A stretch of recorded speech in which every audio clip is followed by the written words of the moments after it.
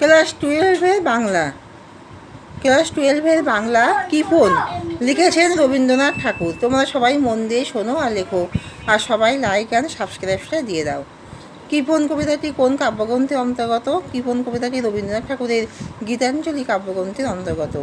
কবিতায় আমি গ্রামের পথে কী উদ্দেশ্যে ঘুরে কবিতায় লেখক গ্রামের পথে কী উদ্দেশ্যে ঘুরে বেড়াচ্ছিলেন? কবিতায় আমি অর্থাৎ লেখক গ্রামের পথে ভিক্ষা পাওয়ার উদ্দেশ্যে ঘুরে বেড়াচ্ছিলেন। রথ থেকে নেমে রাজাধিরাজ ভিখারিকে কি বলেছিলেন? রথ থেকে নেমে রাজাধিরাজ ভিখারির সামনে হাত বাড়িয়ে বলেছিলেন তাকে কিছু দেওয়ার জন্যে। রথ থেকে নেমে রাজাধিরাজ ভিখারির সামনে হাত বাড়িয়ে বলেছিলেন তাকে কিছু দেওয়ার জন্য। ভিখারি রাজাধিরাজকে কি দিয়েছিলেন? ভিখারি রাজাধিরাজকে একটি ছোট শস্যকণা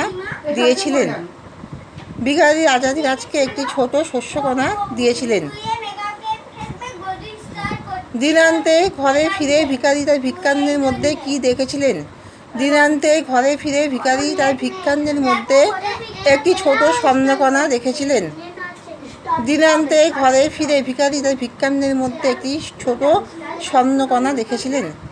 রাজাধিরাজ রথ থেকে পথে দুধারে কি ছড়িয়ে দেবেন এবং তা নিয়ে ভিখারি কি করবেন বলে ভেবেছিলেন? ভিখারি ভেবেছিলেন রাজাধিরাজ রথ থেকে পথে দুধারে অনেক ধন ও ধান্য টাকা পয়সা ছড়িয়ে দেবেন, আর ভিখারি দুহাত ভরে সমস্ত ধনধান্য কুড়িয়ে নিয়ে তার ঝুলি ভর্তি করবেন। রথ থামার পর রাজাধিরাজ কী করেছিলেন? রথ থেকে নেমে এসে ভিখারির সামনে এসে দাঁড়িয়ে হাত পেতে কিছু ভিক্ষা চাইলেন ভিখারির থেকে। রাজাধিরাজের কথা শুনে ভিখারি কী মনে হয়েছিল? রাজাধিরাজের কথা শুনে ভিখারি কিছুক্ষণ মাথা নিচু করে অবাক হয়ে দাঁড়িয়েছিলেন। তারপর ভিখারি ভাবতে লাগলেন রাজাধিরাজ তার সাথে প্রবঞ্চনা করছেন, কারণ একজন রাজাধিরাজের ভিখারির কাছে কিছু চাওয়ার থাকতে পারে না, তার কোনো অভাব থাকতে পারে না। তাই ভিখারি ভেবেছিলেন তাকে রাজাধিরাজ প্রবঞ্চনা করেছেন। ভিক্ষান্নের মধ্যে সোনার কণা দেখে ভিখারি কেন আক্ষেপ করেছিলেন? ভিক্ষান্নের মধ্যে সোনার কণা দেখে ভিখারির মনে আক্ষেপ হয়েছিল যে এই ভেবে যে তিনি একটিমাত্র শস্যকণা রাজাধিরাজকে দিয়ে একটি স্বর্ণকণা পেয়েছেন, তিনি যদি তার সম্পূর্ণ ঝুলি উজাড় করে সমস্ত শস্য রাজাধিরাজকে দিয়ে দিতেন তাহলে তিনি প্রচুর সোনার কণার বিনিময় পেতে পারতেন। রাজাধিরাজ বলতে কাকে চিহ্নিত করা হয়েছে? রাজাধিরাজ বলতে এখানে স্বয়ং ঈশ্বরকে বোঝানো হয়েছে। মানুষ চিরকাল ঈশ্বরের কাছে চেয়ে এসেছে, কিন্তু কবি এখানে দেখিয়েছেন যে ঈশ্বর ভিখারির কাছে পাত পেতে চেয়েছেন। অর্থাৎ ঈশ্বরের নিকট মানুষ যদি সম্পূর্ণ নিজেকে উজাড় করে দিয়ে নিজেকে সম্পূর্ণ বিলিয়ে দিতে পারে তাহলে ঈশ্বরের থেকে কিছু পাওয়া যায়, তা না হলে পাওয়া যায় না। কৃপণ কবিতার কাহিনীর অংশ নিজের ভাষায় লেখো। কৃপণ কবিতাটি কবি একটি পরম সত্যকে রূপকের আড়ালে উদ্ঘাটিত করেছেন। এক ভিখারি গ্রামের পথে ভিক্ষা করে ফিরছিল, আর তখন রাজাধিরাজ সোনার রথে চড়ে গ্রাম পরিক্রমা করতে বেরিয়েছেন। সোনার রথে রাজাধিরাজকে অপূর্ব সুন্দর লাগছিল। ভিখারি তখন মনে মনে ভাবতে লাগলো কার মুখ দেখে তার প্রভাত হয়েছে, যে পথে রাজাধিরাজের সাক্ষাৎ পেল। ভিখারি ভাবল রাজাধিরাজ পথের দুধারে ধন ধান্য ছড়িয়ে যাবেন, আর ভিখারি দু হাত ভরে মুঠো মুঠো করে কুড়িয়ে নিয়ে তার ভিক্ষার ঝুলি পূর্ণ করবে। কিন্তু দেখা যায় রাজাধিরাজ ভিখারির সামনে এসে আমায় কিছু দাও গো বলে ভিখারিকে অবাক করে দেয়। ভিখারি ভেবে নেয় রাজাধিরাজ তার সঙ্গে প্রবঞ্চনা করছেন, কারণ একজন রাজা যিনি সাম্রাজ্যের অধিকারী তার তো কোনো অভাব থাকার কথা নয়, আর ভিখারির কাছে হাত পাতার কোনো কারণ থাকতে পারে না। তবু ভিখারি তার ভিক্ষার ঝুলি থেকে এক কণা শস্য রাজাধিরাজকে ভিক্ষা দেয়। এরপর ভিখারি যখন বাড়ি ফিরে আসে তখন সে তার ভিক্ষার ঝুলি উজাড় করে দেখে যে ভিক্ষালব্ধ জিনিসের মধ্যে এক কণা সোনা। তখন ভিখারি বুঝতে পারে যে রথে চড়ে রাজাধিরাজ যিনি এসেছিলেন তিনি আসলে স্বয়ং ঈশ্বর। ভিখারি ঈশ্বরকে চিনতে পারেনি। এরপর ভিখারি চোখের জল ফেলতে ফেলতে আক্ষেপ করে যে সে তার সমস্ত শূন্য করে রাজাধিরাজকে কেন দিল না। কৃপণ কবিতায় কৃপণকে ভিখারি না রাজভিখারি? কৃপণ কবিতায় কৃপণকে ভিখারি না রাজভিখারি? তোমার মন্তব্যের সপক্ষে যুক্তি দাও। কৃপণ কবিতায় কৃপণ হচ্ছে ভিখারি। কৃপণ কবিতায় দেখা যায় যে রাজাধিরাজ সোনার রথে চড়ে নগর পরিভ্রমণকালে ভিখারির কাছে এসে দাঁড়ায়। রাজাধিরাজের ধন দৌলতে অর্থের অভাব নেই, তবুও তিনি ভিখারির কাছে ভিক্ষা চাইলেন। রাজাধিরাজ স্বয়ং ঈশ্বর, তিনি স্বয়ং ঈশ্বর তিনি ভিখারির মানসিকতা ও হৃদয়ের গভীরতা পরীক্ষা করার জন্য পৃথিবীতে অবতীর্ণ হয়েছেন। কিন্তু ভিখারি তার ঝুলিতে থাকা ভিক্ষালব্ধ সামগ্রী থেকে এক কণা শস্য রাজা ধীরাজকে দান করেছে, আর এর থেকে এটা প্রমাণিত হয়েছে যে রাজা তার ঐশ্বর্য ত্যাগ করতে পেরেছেন, কিন্তু ভিখারি তার ভিক্ষালব্ধ সামগ্রী সম্পূর্ণ উজাড় করে দিতে পারেননি। ভিখারি সামান্য ক্ষুদ্র কণাটুকুই দিতে রাজি হয়েছে, তাই এখানে ভিখারিকেই কৃপণ পরিচয়ের অধিকারী বলা হয়েছে। কোন যুক্তিতে ভিখারি রাজাকে ক্ষুদ্র কণা ভিক্ষা দিয়েছেন এবং পরিশেষে কেনই বা তার জন্য আক্ষেপ করেছিলেন? বিস্তৃত করো। ভিখারি যখন ভিক্ষার জন্য পথে বেরিয়েছেন, তখন স্বর্ণ রথে রাজাধিরাজকে দেখে মুগ্ধ হয়ে যায়।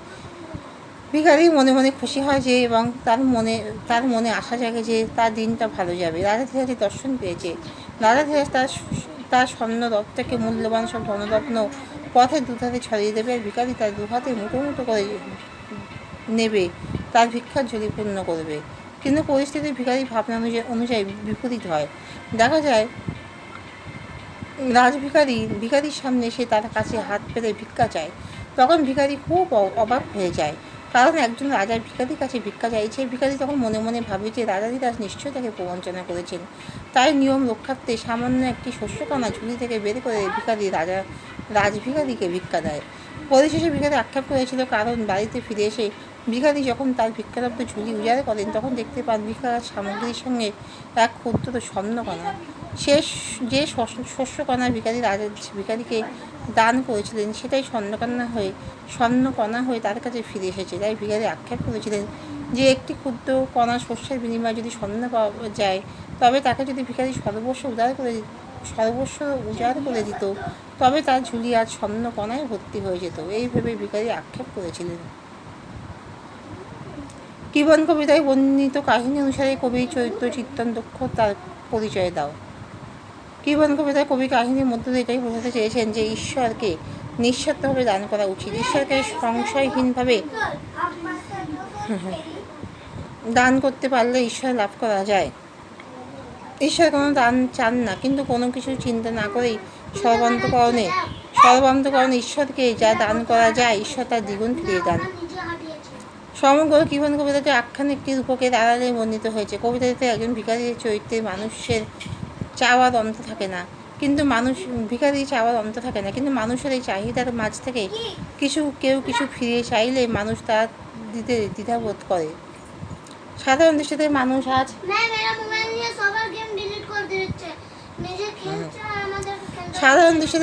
ভিখারির সমতুল্য, কারণ পরম ঈশ্বর সামনে সে কিছু চাইলেই মানুষ দ্বিধায় বিভক্ত হয়। আর কবিতাতে কবি সাধারণ মানুষ ঈশ্বরের চরিত্র ধর্ম আমাদের সামনে তুলে ধরেছেন। কবি এখানে রাজাধিরাজ অর্থাৎ ভিখারিকে ঈশ্বর এবং ভিখারি চরিত্রের মধ্য দিয়ে সাধারণ মানুষের চরিত্র ফুটিয়ে তুলেছেন। সাধারণ মানুষের প্রকৃত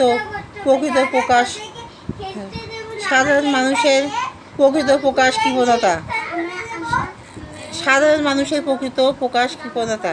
তাই ভিখারিকে দেখা যায় রাজভিখারিকে ভিক্ষা দিতে সে দ্বিধাবোধ করেছে। তাই ঝুলি থেকে সামান্য শস্যকণাই সে দিয়েছে, আর স্বয়ং ঈশ্বর রাজাধিরাজ কিন্তু সেই শস্যকণাই স্বর্ণরূপে ফিরিয়ে দিয়েছেন সেই ভিখারি তার সর্বস্ব দিয়ে ঈশ্বরকে দান করতে পারেনি।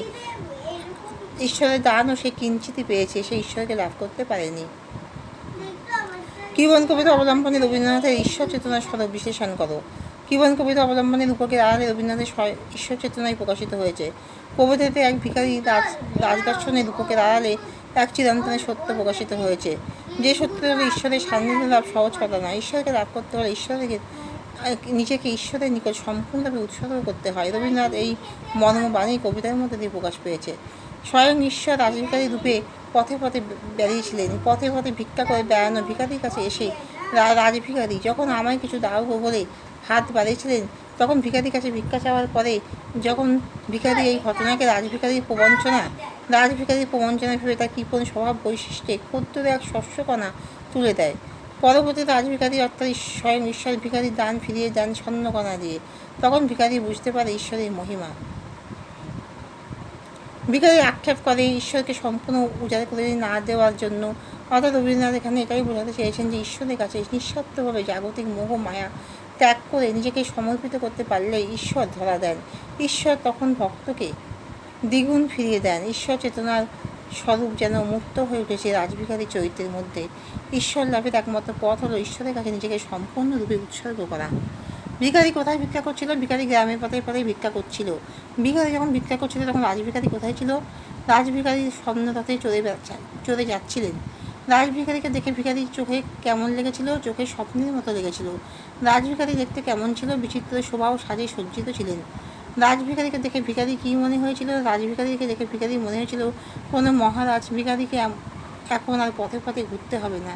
রথ চলার সময় রাজা কী করবেন বলে ভিখারি ভেবেছিলেন? রথ চলার সময় রাজা পথে দুধারে ধনধান্য ছড়িয়ে দেবেন বলে ভিখারি ভেবেছিলেন। পথের ধারে যখন ভিখারি এই কথাগুলো ভাবছিল তখন কি হলো? রাজা রথ তার সামনে এসে দাঁড়ালো।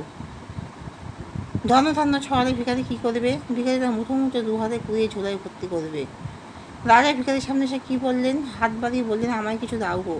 রাজা ভিক্ষা চাওয়াতে ভিখারির মনের অবস্থা কী হয়েছিল? ভিখারির মনে হয়েছিল রাজা তার সঙ্গে কৌতুক করে প্রবঞ্চনা করছেন। ভিখারি রাজাকে কী দিল?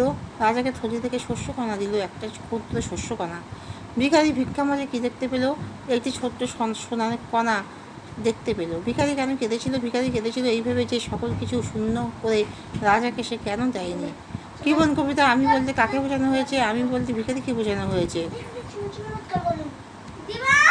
এখানেই শেষ করলাম। তোমরা সবাই লাইক অ্যান্ড সাবস্ক্রাইবটা দিয়ে দিও।